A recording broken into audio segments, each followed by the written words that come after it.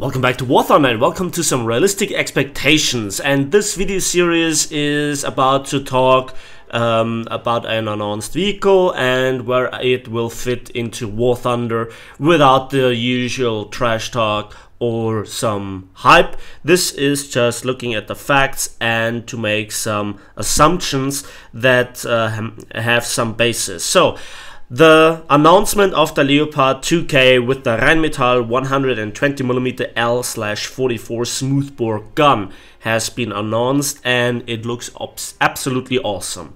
So how will it perform, what it is made of and so forth. So what we can read from the dev blog, we have the same or a higher battle rating than the KPZ-70 because this tank was done after, or it was, produced as a prototype, the 2K variant, as it was obvious that the KPZ-70 project was doomed to fail. And, it is a much more sensible design from the looks of it. So it's not as big and tall and just ridiculously looking as the KPZ-70, but it reminds me of a Leopard, which is, no real surprise as it is called Leopard 2K. So, first of all, other nations undoubtedly will get something to be compensated for. There is no doubt about this. And I've talked to some of my friends that I know are really into this stuff. I usually focus more on what the game delivers, and they just, went through all the documents and so forth. And when they noticed that I want to talk about these videos, they just went wild and, oh, you have to mention this and that. Yeah. So, first of all, the gun is the main selling point, and it's, as I mentioned, a Rheinmetall 120mm L44 smoothbore gun. First of all, it will have no autoloader. If this is going to be historically accurate. The reload was mentioned with 6.8 seconds. Whatever the game then tells us or whatever the devs come up with, it should be expected that the reload is somewhere between a Chieftain and a T64 reload. Something in between there should be expected. Then we have two ammunition types. We have the DM13 AP-FSDS with around about 470mm of penetration against flat armor, but remember, this is AP-FSDS, so it has some positive normalization. That means it digs itself into the armor, and the pulse penetration damage will be very good if they keep the meta as it is currently in the game. Furthermore, we will see a heat or a heat FS shell, which is called the DM12, which will not feature 400 but 600mm of penetration. And that then raises the question, what is the stock ammunition? Because, we will have some stock grind to go through.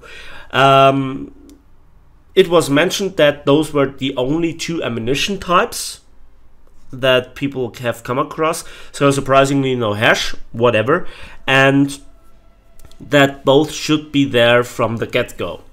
And regardless of which ammunition you get, 600mm of heat is still very strong. Maybe you will have difficulties with some ERA or some composite armor that you will not have a problem with the AP-FSDS. So if we will see an upgraded ammunition, it will probably be the AP-FSDS, because this is the meta at high tier. So, what about the armor of the tank? Well, it's basically still a Leopard. That means don't rely on your armor. The side, the rear, the top are pathetically thin as usual, so even tier 1 tanks can challenge it. And the upper frontal plate might be bouncy because of its drastic angle. So when you are on a ridgeline and somebody misaims and doesn't hit your turret but the upper frontal plate and you use your gun depression, then it might deflect some APDS rounds. But everything with serious penetration power will go through and will kill the tank. It's basically a modified Leopard 1A4, and what is really crazy about this tank is the horsepower per ton ratio of 30.0. That's even more than the KPZ-70. That tells you something. yeah, we also have a top speed of 70 kilometers an hour, so your usual Leopard stuff. I expect neutral steering and great reverse gear, great handling overall once it's fully upgraded, and a bit sluggish once it is stock, but this is the usual thing with every tank within War Thunder. Furthermore, we will have a roof-mounted 20mm, which seems to be the same as on the KPZ-70. However, if you look closely, it's just the gun mounting. So I'm not quite sure if this counts as like a commander's hatch or something like this. So I'm not quite sure if you hit that, for example, with an with an APHE shell, that the fragments will actually reach down. How exactly this will be done will come up once the tank gets released. And that brings me to where the tank sits in the tech tree. It has been said that it will continue the line of the Leopard, so it will come after the Leopard A1, and we immediately see currently a battle rating gap of 0.7 or 1.0 if the tank gets a 9.3 battle rating, which I don't know which one of those two battle ratings it gets, but for sure this tank will not get 8.7. So what will the other nations maybe get for that as a compensation? Well, as equivalent, so purely the main battle tank concepts, for the Russians we might see the T-64B and or the T-64BV, whereas the BV stands for the era module, so maybe this might be an additional module lockup. However, we didn't see this with the M60 Rise P as an additional option, but it was there from the get-go. So either Gaijin gives us both tanks or the B with the upgraded package, whatever. Then for Britain, maybe the Chieftain 800 or the Chieftain 900. If Gaijin is really crazy, they will bring in the Challenger 1. For the USA, it's a bit more difficult, but we can probably expect something like an M60 A3 SLEP or the XM803.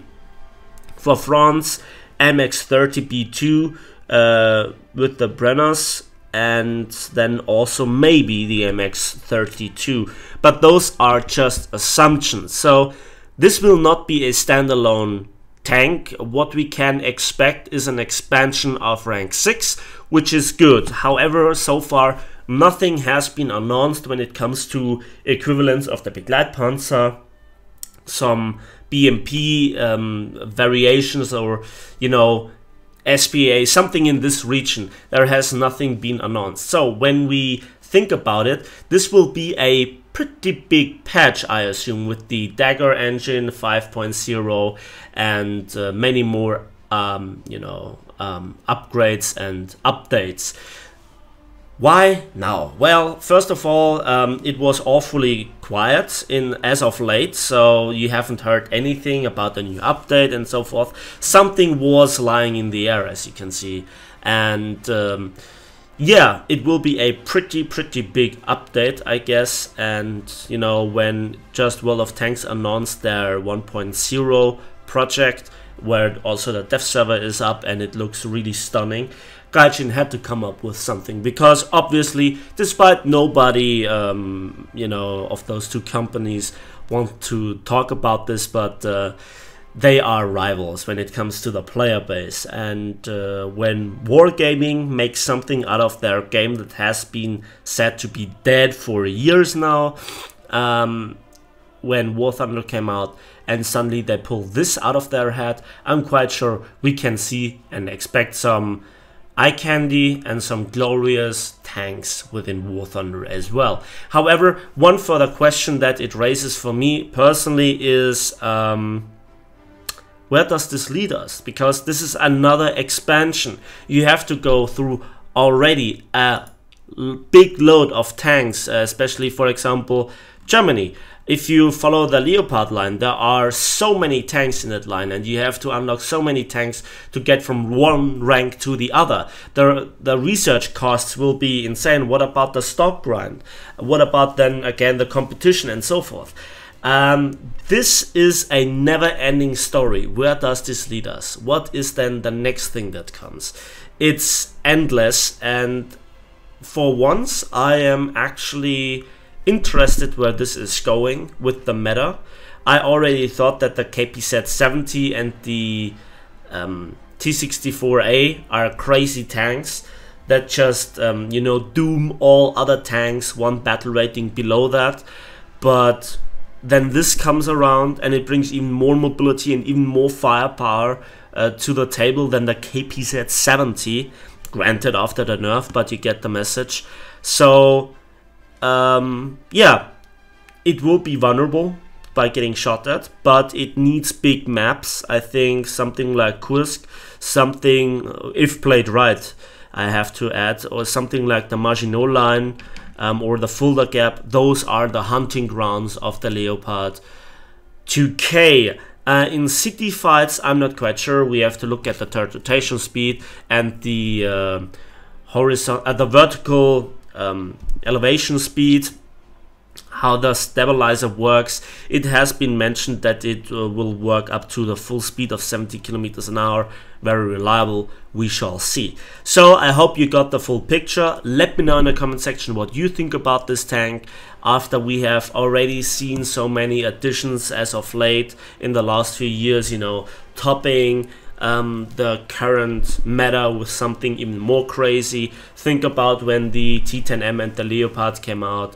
Think about when we saw the addition of the T-64A and so forth, when the tank that was announced was again a bit high in battle rating, but how they played out. So that's it for me today. Thanks for watching, thanks for listening. Please give this video a like if you did, subscribe if you want to see more, and we'll see each other in the skies and on the battlefields of War Thunder.